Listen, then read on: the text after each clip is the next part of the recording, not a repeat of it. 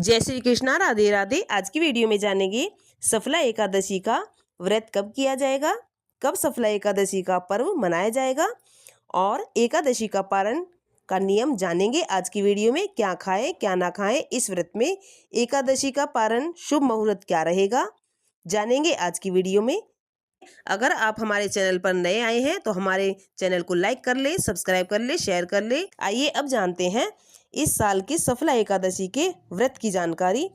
कौन से दिन सफला एकादशी का व्रत किया जाएगा, तो देखिए 15 तारीख दिन सोमवार है। इस दिन सफला एकादशी का व्रत किया जाएगा और अगले दिन 16 तारीख में व्रत का पालन किया जाएगा। दिन मंगलवार है। इस दिन आप शुभ समय में पालन कर सकते हैं।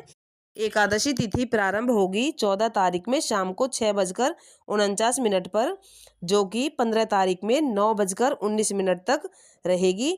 और पालन का जो शुभ समय रहेगा 10:10 से लेकर के 12:50 के बीच में शुभ पालन का समय रहेगा।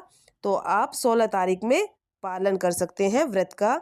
इसके साथ ही सूर्योदय के समय भी शुभ समय रहेगा पालन करने का। तो आइए अब जानते हैं सफला एकादशी का जो व्रत है नियम किस प्रकार से है, व्रत में क्या खाएं क्या ना खाएं, पालन विधि जानते हैं। सफला एकादशी का पालन का नियम, व्रत का जो पालन शुभ समय है अर्थात किस प्रकार से एकादशी के व्रत अगले दिन सूर्योदय के बाद पालन किया जाता है। तो देखिए, सुबह स्नान दि से निर्वृत्त होकर के भगवान सूर्यदेव को जल अर्घ्य दे और भगवान विष्णु और माता लक्ष्मी जी की पूजा अर्चना करें। किसी ब्राह्मण को भी दान दक्षिणा दे करके अपनी सामर्थ्य के अनुसार अवश्य दान दक्षिणा दे, अर्थात ब्राह्मण को भोजन भी करवाने का महत्व है। अगर ऐसा संभव नहीं है कि आप भोजन नहीं करा सकते हैं, कोई समस्या है, तो आप ऐसा कर सकते हैं कि ब्राह्मण के निर्मित भोजन की सामग्री निकाल के आटा, चावल, दाल, मिष्ठान सहित आप ब्राह्मण को दान दक्षिणा देकर से उनसे आशीर्वाद अवश्य लें। इसके साथ ही बड़े सम्मान के साथ उनका अभाव प्रकट करें। इसके साथ ही फिर व्रत का पालन शुभ समय पर सात्विक भोजन के साथ ही अवश्य से करना चाहिए। और इसके साथ ही तुलसी दल मुंह में रखकर ही व्रत खोला जाता है। तो देखिए, बिना लहसुन प्याज के सात्विक भोजन ही पालन के समय ग्रहण करें। इसके साथ ही ये तिथि समाप्त होने के बीच में ही व्रत का पालन किया जाता है। इस तरह से एकादशी का व्रत पालन आप इस प्रकार से कर सकते हैं। विष्णु भगवान और माता लक्ष्मी की विधि विधान से पूजा अर्चना करें। धूप दीप दिखा करके उनकी पूजा अर्चना श्रद्धा और भाव के साथ करें। और कथा सुनने का भी महत्व है इस व्रत में। आइए अब सुनते हैं सफला एकादशी के व्रत की कथा। चंपावती नगरी में एक महिषा नाम का राजा राज्य करता था। उसका जो पुत्र था उसका नाम लुम्पक के नाम से जाना जाता था। वह बड़ा ही दुराचारी दुष्ट था। वह मांस, मदिरा, पराई स्त्री गमन, वेश्याओं का संग इत्यादि करता था। कुकर्मों में परिपूर्ण था। पिता ने उसे अपने अत्यंत ही दुखित होकर के अपने राज्य से निकाल दिया था।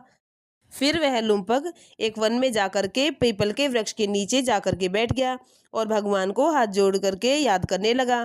फिर सब देवताओं की कीर्तरा स्थली पर वहीं पर ऐसे पतित पावन वृक्ष के सहारे लुम्पक भी रहने लगा।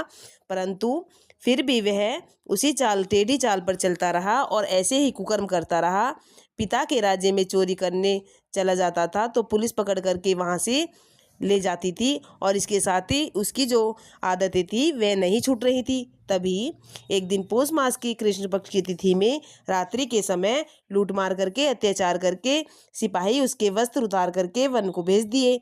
इसके साथ ही बेचारा पीपल की शरण में आ गया, वहीं पर बैठ गया और बड़ा ही दुखित होकर के हेमागिरी पर्वत की पवन की और जा पहुंचा। तभी लुम्पक पापी के सब अंगों में गठिया रोग में प्रवेश किया।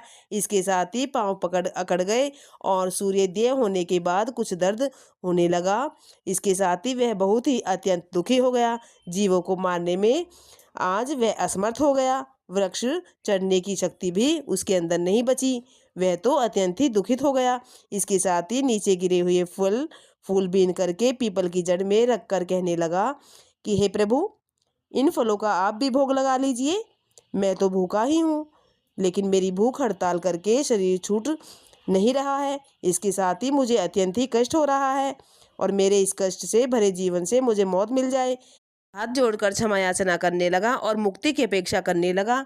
इसके साथ ही और ऐसा कहकर रोने लगा। रात्रि में उसे नींद ना आ सकी तो इस पापी के व्रत अर्थात रात्रि में जागरण करने अत्यंत ही फिर तो देवी देवता अत्यंत ही प्रसन्न हो गए और ऐसा करने से उसके सभी पाप नष्ट हो गए। प्रातः ही एक दिव्य घोड़ा आने को सुंदर वस्तुओं से सजा हुआ उसके सामने आकर खड़ा हो गया। आकाशवाणी हुई और तभी कहते हैं, प्रभु के हे राजपुत्र, भगवान नारायण के प्रभाव से तेरे समस्त पाप नष्ट हो गए हैं, क्योंकि तूने रात्रि भर जागरण किया है और तूने फलहार का प्रभु के निमित्त भोग लगाया है। इसी के साथ अब तू अपने पिता के राज्य में जाकर के अपने राज्य को संभाल। तभी लुम्पक ने जब ऐसी आकाशवाणी सुनी तो वह अत्यंत ही प्रसन्न हो गया और बोला कि हे भगवान, ये बात सच है, अगर आप ऐसा कहते हैं तो मैं ऐसा ही करूँगा। फिर तो क्या था कि वह प्रभु की जय जयकार करने लगा और ऐसा कहते हुए वह सुंदर वस्त्रों को धारण करके अपने पिता के राज्य में चला गया। फिर उसने अपने पिता को संपूर्ण कथा सुनाई और कहने लगा कि पिताजी, मुझे माफ़ कर दीजिए, मैं आपसे हाथ जोड़ करके क्षमा याचना करता हूँ, आगे से मैं ऐसा नहीं करूँगा। इसके साथ ही उसके पिता ने अपना राज्यभार उसको सौंप दिया। इसके साथ ही राजा ने अपने पुत्र का विवाह किया विधि विधान से और वन में चला गया। इसके साथ ही लुम्पक शास्त्र अनुसार राज्य सभा को संभालने लगा और उसके स्त्री पुत्र अर्थात उसे परम भक्ति में लीन हो गया। उसके साथ ही वृद्धावस्था आने पर वह अपने पुत्र को गद्दी देकर भगवान का भजन करने लगा और वन में वह भी चला गया। इसके साथ ही अंत में विष्णु लोक में प्राप्त हुआ। भक्ति पूर्वक से जो मनुष्य सफला एकादशी का व्रत करते हैं वे अंत में मुक्ति पाते हैं, उनके समस्त पाप नष्ट हो जाते हैं। जो मनुष्य भक्ति पूर्वक से सफला एकादशी का व्रत विधि विधान से श्रद्धा भाव के साथ करते हैं उन्हें जीवन में सफलता प्राप्त होती है। सफला एकादशी का महात्म्य पठन अर्थात श्रवण करने से अश्वमेघ यज्ञ का फल प्राप्त होता है। इसके साथ ही इस कथा के अनुसार हमें यह ज्ञान मिलता है कि ईश्वर के अतिरिक्त कृपालु होने का प्रमाण मिलता है। यदि कोई प्राणी अनजाने में भी ईश्वर का स्मरण करे तो उसे पूर्ण रूप से फल प्राप्त होता है। यदि प्राणी सच्चे हृदय से अपने अपराधों की क्षमा मांगे तो ईश्वर उसके अपराधों को क्षमा कर देते हैं और भगवान श्री नारायण की कृपा से बैकुंठ का अधिकारी वह मनुष्य बनता है। इसके साथ ही इसी तरह से लुम्पक ने इसी तरह से पूजा पाठ की और श्रद्धा और भावनिष्ठा के साथ नारायण जी की पूजा अर्चना की। फिर तो क्या था कि लुम्पक बैकुंठ धाम का अधिकारी बन गया। सफला एकादशी का महत्व है कि जो मनुष्य श्रद्धा और भावनिष्ठा के साथ सफला एकादशी का व्रत करता है उसे जीवन में सफलता प्राप्त होती है। मान्यता है कि भगवान युधिष्ठिर ने भी प्रभु से पौष मास के कृष्ण पक्ष की एकादशी का नाम पूछ करके और उसका महत्व जान करके इस व्रत को श्रद्धा और निष्ठा के साथ किया था, विधि पूर्वक से संपूर्ण कथा को सुना था। इस तरह से सफला एकादशी का व्रत पौष मास की कृष्ण पक्ष की तिथि में किया जाता है। इस तरह से जो भी मनुष्य इस व्रत को करता है उसके समस्त पाप नष्ट हो जाते हैं, अंत में वह बैकुंठ धाम को चला जाता है। बोलिए विष्णु भगवान की जय, माता लक्ष्मी की जय। अगर आपको ये वीडियो पसंद आई हो तो वीडियो को लाइक करें, सब्सक्राइब करें।